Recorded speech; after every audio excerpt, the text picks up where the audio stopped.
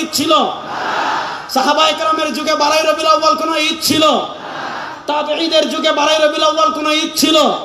এটা আপনি ইমাম ইবনে কাসির রাহিমাহুল্লাহ লিখেছেন, আরো অনেক ইমামগণ লিখেছেন। এটা ইরবিলের বাদশা মুজাফফরউদ্দিন শুরু করেছেন, আমি সেই দিকে যাচ্ছি না। এবার বুঝেন, রাসূলুল্লাহ সাল্লাল্লাহু আলাইহি ওয়াসাল্লাম রবিউল আউয়ালে জন্মগ্রহণ করেছেন। রাসূলুল্লাহ সাল্লাল্লাহু আলাইহি ওয়াসাল্লাম পৃথিবীতে এসেছেন, আমরা খুশি না বেজার?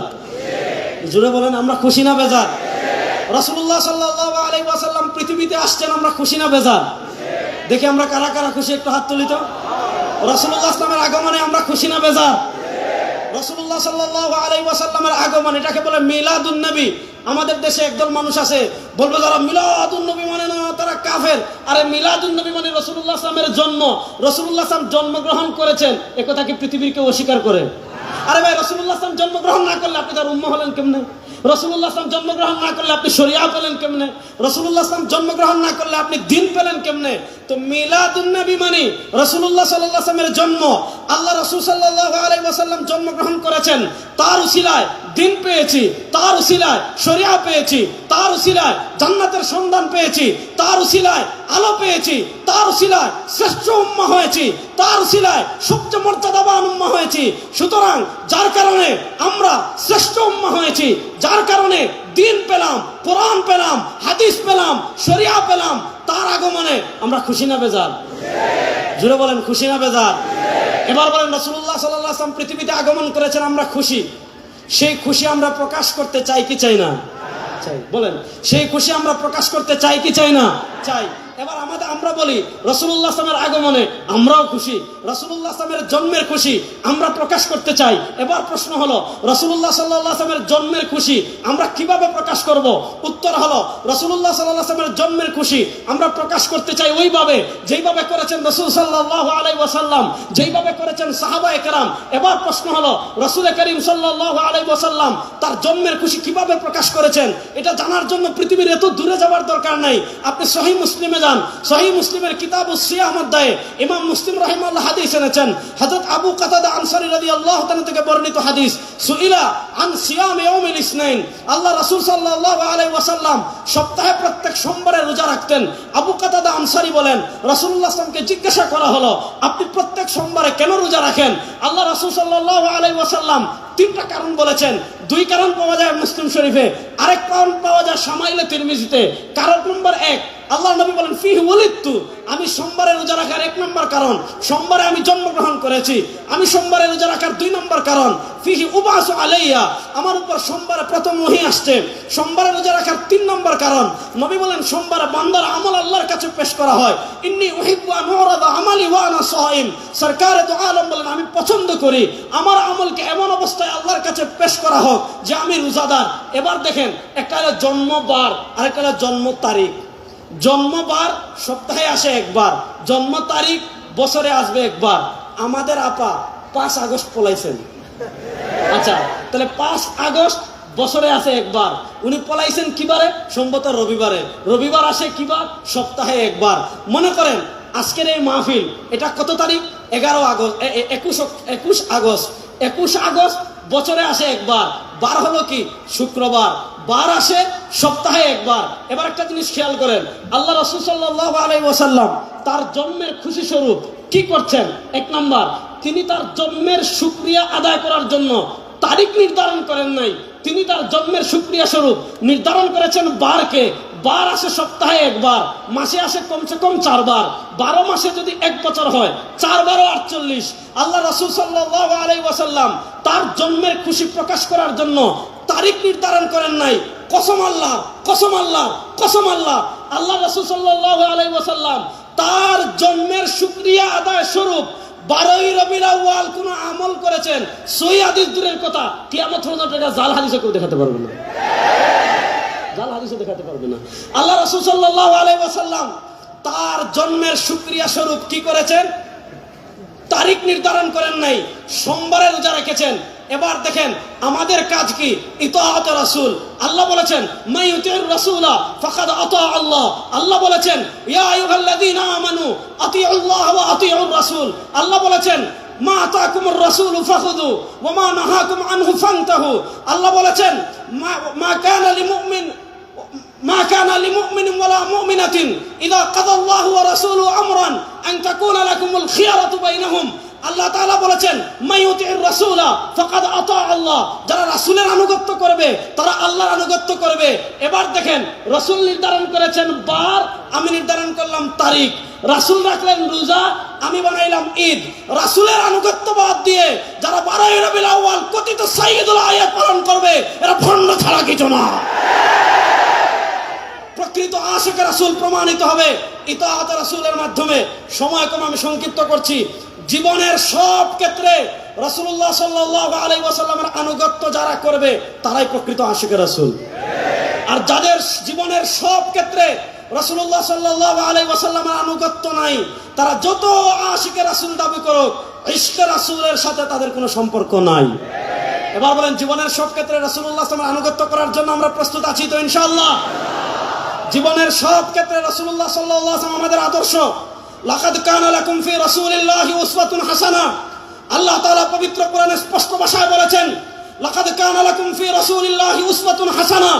তোমাদের জন্য তোমাদের রাসূল হলেন সর্বোত্তম আদর্শ।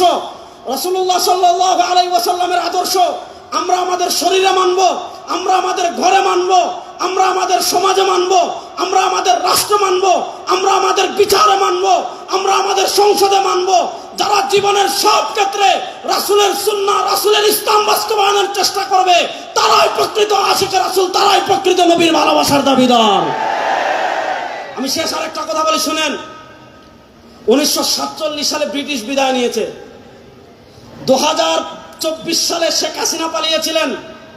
শেখ হাসিনা পালানোর পর বাংলাদেশে অনেকগুলো সংস্কার কমিশন গঠন হয়েছিল। কেন হয়েছিল? 17 বছর তারা অবৈধভাবে ছিল।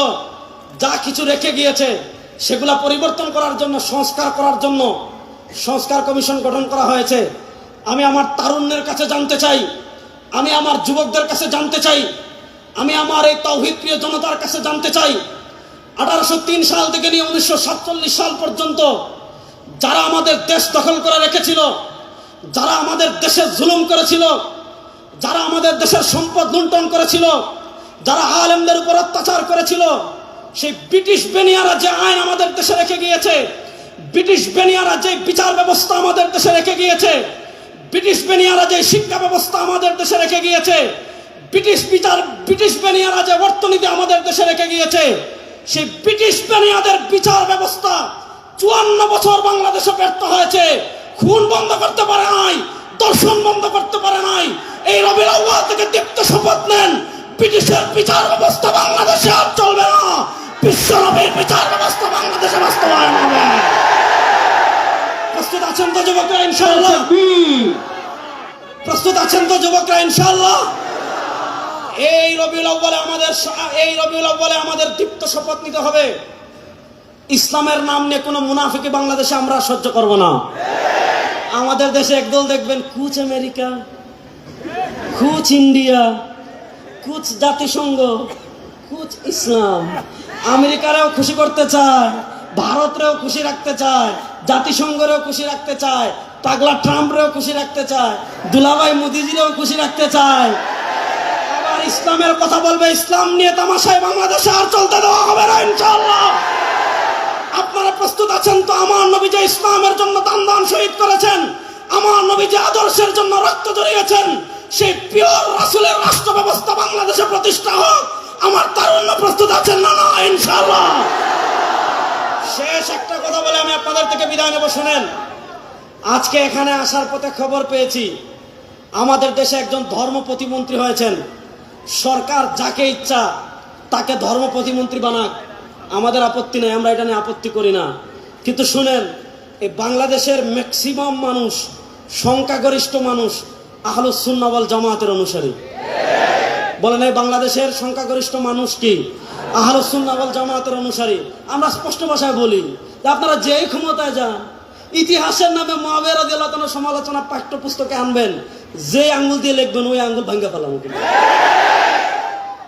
ইতিহাসের নামে হযরত উসমান গনি রাদিয়াল্লাহু তাআলার সমালোচনা করবেন, সাহাবা ইকরামের সমালোচনা করবেন, ওই তামাশা বাংলাদেশে আর চলবে না। আপনারা ধর্মমন্ত্রী বানিয়েছেন, আমি ধর্মমন্ত্রী বানাচ্ছেন এটা নিয়ে সমালোচনা করছি না, তিনি একজন কট্টর লামাযহাবী। তাকে ধর্মমন্ত্রী বানান, সমস্যা নাই। কিন্তু যদি আমাদের ইসলামিক ফাউন্ডেশনের কোনো বইয়ে অথবা আমাদের দেশে আবহমান কাল থেকে হাজার বছর থেকে যে নামাজ চলে আসছে, যে ইবাদত চলে আসছে, যে দিন চলে আসছে, এগুলা যদি পরিবর্তন করার চেষ্টা করেন, মাননীয় প্রধানমন্ত্রী আপনার দৃষ্টি আকর্ষণ করছি, জাতীয় মসজিদে সবার আগে জাতীয়ভাবে বাহাস হবে ইনশাআল্লাহ। ওদিকে 100 জন থাকবেন, এক রেজাউল করিম আপনার যথেষ্ট ইনশাআল্লাহ। 100 জন আনবেন, এক রেজাউল করিম আপনার যথেষ্ট ইনশাআল্লাহ ঘোষণা দিচ্ছি। আমাদের নামাজকে জাল প্রমাণ করবে, আমাদের ইবাদতকে জাল প্রমাণ করবে পৃথিবীতে এমন কোন পাপের বেটার জন্ম হয় নাই। সুতরাং আপনারা যাকে ইচ্ছা তাকে ধর্ম প্রতিমন্ত্রী বানান, কিন্তু আবহমান কাল থেকে হাজার বছর থেকে আহলুস সুন্নাহ ওয়াল জামাতের অনুসরণ করে দেশের মানুষ যে ইবাদত করে আসতেছে, এগুলা ভুল প্রমাণ করে যদি কোন সিলেবাস আপনারা বাস্তবায়ন করতে চান, আগে বায়তুল মুকাররম পাস হবে, তারপরে সমাধান হবে ইনশাআল্লাহ। আপনারা নবীর আদর্শ বাস্তবায়ন করার জন্য প্রস্তুত আছো তো যুবকরা ইনশাআল্লাহ? শুনেন, পৃথিবীর প্রান্তে প্রান্তে এই শতাব্দী, আমি সব জায়গায় বলি, গত 100 বছর ভাই মার খাইছে, আগামী 100 বছর মার দিব ইনশাআল্লাহ। গত 100 বছর পরাজিত হয়েছে, আগামীর পৃথিবী ইসলামের বিজয়ের শতাব্দী হবে ইনশাআল্লাহ। আগামী পৃথিবীতে 2টা লড়াই হবে, তারুণ্য প্রস্তুত আছেন তো ইনশাআল্লাহ? আমার নবী 1400 বছর আগে বলেছেন, ইসাবাতান মিন উম্মতি আহরাজাহুম আল্লাহু মিনান নার। প্রস্তুতি নেন ইনশাআল্লাহ। হিন্দুস্তানের হিন্দুবাদী আধিপত্যবাদী শক্তির বিরুদ্ধে লড়াই হবে ইনশাআল্লাহ। ইহুদিবাদী আধিপত্যবাদী শক্তির বিরুদ্ধে লড়াই হবে। হিন্দুস্তান থেকে নিয়ে মসজিদে আকসা পর্যন্ত ইসলামের পতাকা, কালেমার পতাকা উড্ডীন হবে ইনশাআল্লাহ। আল্লাহ তাআলা আমাদেরকে প্রকৃত ইসলাম মেনে চলার তৌফিক দান করেন। আল্লাহ তাআলা জীবনের সব ক্ষেত্রে সিরাত রাসূলের অনুসরণ করার তৌফিক আমাদেরকে দান করেন। সুবহানাকা আল্লাহুম্মা বিহামদিকা আশহাদু আল্লা ইলাহা ইল্লা আনতা আস্তাগফিরুকা ওয়া আতুবু ইলাইক। আসসালামু আলাইকুম ওয়া রাহমাতুল্লাহি ওয়া বারাকাতুহু।